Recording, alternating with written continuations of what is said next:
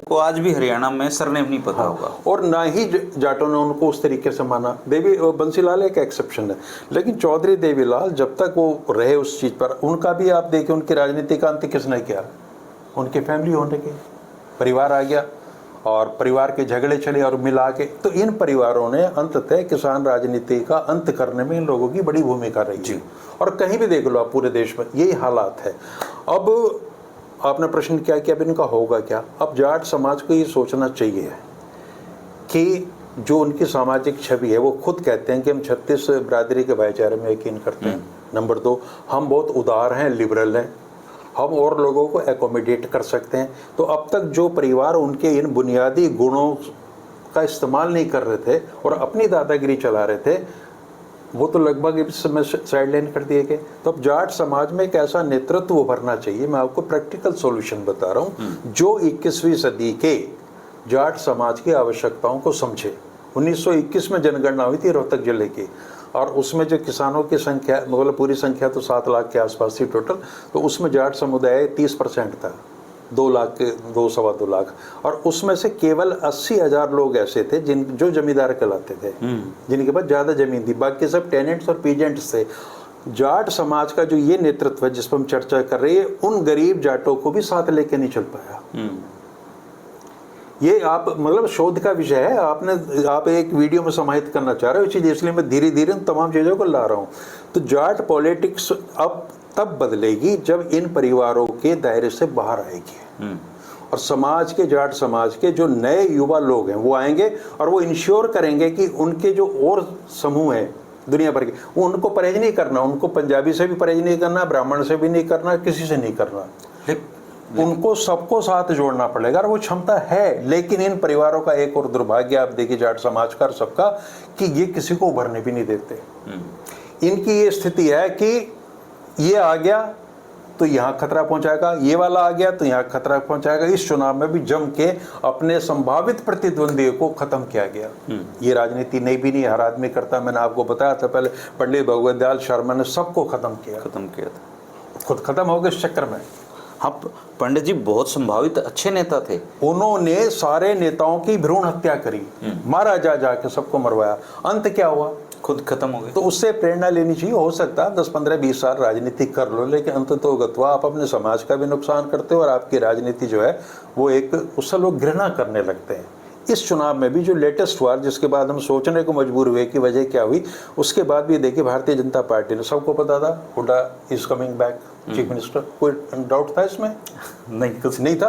BJP ने कहा कि बापू बेटा बापू बेटा बापू बेटा, उन्होंने टारगेट किया उस चीज का। तो वो जो हम बार बार अपनी उसमें कर रहे थे कि चुनाव जनता लड़ रही है, असल में जनता लड़ रही थी, लेकिन जब जनता को पता चला कि कांग्रेस की सरकार आने की स्थिति में जो भाजपा का प्रचार है वो सच होने जा रहा है बापू बेटा, वो डर गए फिर से। उधर से कुमारी शैलजा जो अंदर बैठे थे, सब स्लीपर सेल्स हैं कांग्रेस के अंदर, बैटरी सारी की सारी ऐसी सेल से भरी पड़ी है, कोई किसी की वजह से, कोई किसी की वजह से। तो कांग्रेस संगठन की भी हालत यही है जो जाट पॉलिटिक्स की है। अब अगर कोई चेंज लाना है तो वो नई जनरेशन, नई सोच के साथ जो धरातल पे मेहनत कर सकें लोग, उनको लाना पड़ेगा और परिवार से बाहर इन चीज़ों को लाने की ज़रूरत है। एक मैं आपको और इंटरेस्टिंग बात बताता हूँ, ये जो केवल जाटों की बीमारी नहीं है, बहुत आपको मैं अतीत में ले जाऊँ तो यहाँ इस रोहतक वाले क्षेत्र में पंडित श्री राम शर्मा, जब चौधरी छोटू राम की राजनीति के बरक्स वो खड़े हुए थे और कांग्रेस ने ये सोचा कि हम चौधरी छोटू राम की राजनीति को ख़त्म करना है या कम करना है, तो यहाँ एक युवा नेतृत्व उभरा प्रोफेसर शेर सिंह के नाम पर कांग्रेस में। खुला पत्थर। एक और घटना मैं बता दूं आपको, 1945 में चौधरी छोटू राम के निधन के बाद में एक बाई इलेक्शन हुआ। उनके निधन के बाद हुआ तो उनके भतीजे चौधरी श्रीचंद ने चुनाव लड़ा हुआ, और उस समय कांग्रेस ने ये कहा प्रोफेसर शेर सिंह से, भाई तुम जवान थे वो, कि तुम इनके खिलाफ लड़ लो। तो शेर सिंह ने कहा कि मुझे माफ़ करो, मैं नहीं लड़ूंगा। तो कितनी पुरानी बात है। और भाई आप क्यों नहीं लड़ोगे? बोला कि जब मैं टिकट मांग रहा था चौधरी साहब के खिलाफ चुनाव लड़ने को, तब आपने दिया नहीं। आज चौधरी श्रीचंद के सामने जाट समाज की खापों ने मिलकर एक आज़ाद कैंडिडेट खड़ा किया हुआ, तब मैं नहीं लड़ूंगा। तो ऐसी स्थिति में न मेरी नैतिकता मांग करती इस चीज़ की, ना मुझे नहीं लड़ना सारा का सारा। और उसके बाद में 1946 के जब चुनाव हुए तो आप देखेंगे वो यूनियनिस्ट पार्टी जो सो कॉल्ड चौधरी छोटू राम की जमींदारा लेख थी, उसी का अंत हो गया। तो लोग इतिहास से नहीं सीखते। उस समय पंडित श्री राम शर्मा के साथ क्या दिक्कत थी, बहुत अहंकारी आदमी थे, बड़े गुस्से में रहते थे हर चीज़ में, तो वो किसी को उभरने नहीं देते थे। प्रोफेसर सेठ सिंह जब विधायक बन के उनके पास में गए, जी मैं विधायक बन गया हूँ, बोले कि ना मुझे शिकायतें आ रही हैं तुम्हारी कि तुम डीसी से मिलते हो और एसपी से मिलते हो। बोले जी मैं जनप्रतिनिधि हूँ, मिलूंगा उनके लोग। बोले नहीं तुमने नहीं मिला, यहाँ 2 ही तखत है, मेरा और श्रीचंद का। तो उसने कहा प्रोफेसर सेठ सिंह ने कि तीसरा तखत मेरा होगा। तो मैं ये कहने का आशय ये है कि सत्ता की ये जो लड़ाई है हमेशा से चलती रही, आगे भी चलेंगी। लेकिन जो बुनियादी प्रश्न आपका है कि जाट राजनीति, तो पहले तो हमें इसे करना पड़ेगा कि इस शब्द का इस्तेमाल अब बंद हो जाना चाहिए। अब उस समय आ गया है, लोग करेंगे इस चीज़ के, जातियाँ हैं तो उनके नाम भी लिए जाएंगे।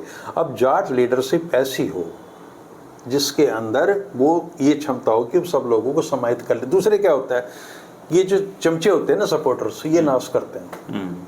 मुझे कई लोगों ने आगे बताया एक नेता के बारे में कि जो नया नेता आया है, अमेरिका वगैरह पढ़ा है, बाहर से आया है, इसको भी कुछ लोगों ने घेर रखा है। ये जो कुछ लोग हैं ये क्या है, तो ये लोग उस आदमी को घेर के ऐसी, दूसरे लोग डरने लगते हैं कि यार वहाँ जाओ तो वहाँ तो एक ही वर्ग की सुनवाई होती है। सच क्या है गॉड नोज, पर परसेप्शन पर राजनीति चलती। दिल्ली कोठी पे जाओ तो वही मिलेंगे, रोहतक कोठी पे आओ तो वही मिलेंगे, जयपुर कोठी पे जाओ तो वही मिलेंगे, जहाँ जहाँ भी कोठियाँ हैं ये लोग घेर के घेराबंदी कर लेते हैं। और नेता को इतनी समझ नहीं है कि वो वहाँ एक संतुलन बना के रखे। नेता हमारे जो चीफ मिनिस्टर भी रहे हैं, जो किसी भी दल के रहे हैं, वो आम लोगों को, अपने लोगों के, उनकी सोच नहीं रही होगी मैं मानता हूँ, लेकिन लोग भी उनको घेर के ऐसा मजबूर कर देते हैं। नेता को पता है कि छत्तीस बरादरी के सहयोग के बिना तेरी राजनीति नहीं चलेगी, लेकिन इर्द गिर्द के लोग ये उसके करीब ही नहीं जाने देते। तो राजनीति आज बड़ी जटिल काम भी है, बड़ी मेहनत का, बड़ी तपस्या का काम करता है। और छत्तीस बरादरी और समाज को साथ लेके चलने के जो नारे वगैरह नहीं, इन पे ईमानदारी से काम करना होता है। बीजेपी ने क्या शरारत की है, सबके साथ, सबका विकास, सबका विश्वास, लोग आगे भाई, इनमें सब चीज़ें हैं सारी की सारी। धीरे धीरे यही पार्टी आप देखना इसका क्या स्वरूप होगा 20-30 साल में। तो अब इनके साथ जो परंपरागत लोग हैं, जो ब्राह्मण हैं, वो भी उदास है। कल जो बीजेपी के महेंद्रगढ़ से जीते हैं वो लोग कितनी गालियां दे रहे थे रामविलास को, वो कैंडिडेट जीता हुआ कि मेरी पीठ में छुरा घोंप दिया, ये कर दिया, उनकी चर्चा नहीं होगी, है ना। और जो बनिया समाज है, आज आप उनसे बात पूछिए, अंदर जाकर आप टटोलोगे किसी जनसंघी बनिए को, तो वो नायब सिंह सैनी का स्वागत नहीं कर रहा, क्योंकि उनकी अपनी एम्बिशन है।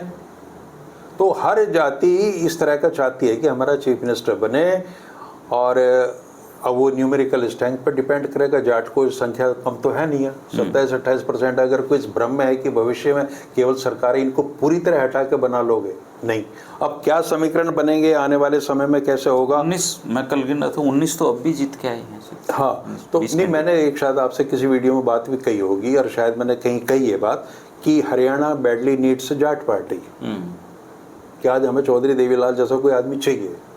और जब देवीलाल जैसा आदमी कोई आ जाएगा तो हो सकता है भाजपा जूनियर पार्टनर की स्थिति में आ जाए फिर से। लेकिन वो जो अब कोई नया देवीलाल आएगा, उसको सारे समाजों का विश्वास हासिल करना पड़ेगा। दिक्कत पता है क्या सर, हरियाणा के जो जितने भी नेता हैं आज के दिन, पुराने जितने भी ये लोग या हारे हैं या जीते हैं, ये लोग रहते ही नहीं हरियाणा में। तो अब ये जो है राजनीति के जैसे तेवर आप ये बताओ, मेरे से एक सज्जन बोले कि जी अब गांधी वाली कांग्रेस नहीं है, मैंने ये दीनदयाल वाली भाजपा है? कोई जवाब नहीं। अरे भाई नेतृत्व तो बदलता है, ये तो अटल अडवाणी वाली भाजपा भी नहीं है। लोग रोते हैं, संघ के वो जो वर्कर थे, प्रचारक, बेचारे भूखे रह के गली मोहल्लों में काम करते थे किसी टाइम में, कभी रोटी मिली कभी नहीं मिली। डॉक्टर मंगल सेन का कभी होटलों पे रोटी खा ली। आज वहाँ के जो संगठन मंत्री हैं वो 5 स्टार जिंदगी जी रहे हैं। राजनीति बदलती। 2014 की भाजपा का दीनदयाल उपाध्याय से क्या लेना देना है? आप लफाजी कर लो, अंत्योदय के जनक हैं, ये हैं, फलाना। वहाँ ना दीनदयाल की जरूरत है, ना अडवाणी की जरूरत है, ना अटल की जरूरत है, ना श्यामा प्रसाद की जरूरत है, ना बलराज माधव की जरूरत है, किसी की नहीं। यही रहेंगे। और इनको जो नया वर्ग मिला है सत्ता में, जिन्होंने पहुंचाया अपने जिस तरीके से इकट्ठे किया, वो इनकी वाहवाही करता। आज भी संघ के सामने सबसे बड़ी चुनौती ये है, लोकसभा चुनावों में संघ और भाजपा एक दूसरे के खिलाफ थे, लेकिन रणनीति के तहत हरियाणा चुनाव में वो फिर से इकट्ठे हुए, सारा आरएसएस का आउटफिट यहाँ काम कर रहा था।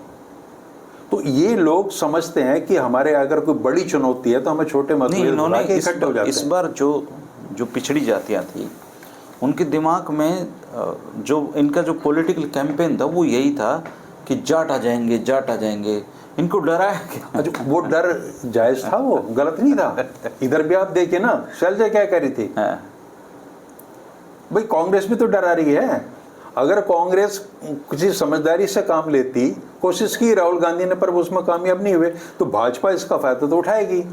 तो ये जो लोग जुटे थे ना, जनता का एक बड़ा हिस्सा धीरे धीरे करके साइड में आने लगा। पिछले चुनाव मतदान से 3-4 दिन पहले ही बड़ा चेंज आ गया, ड्रास्टिक चेंज आया।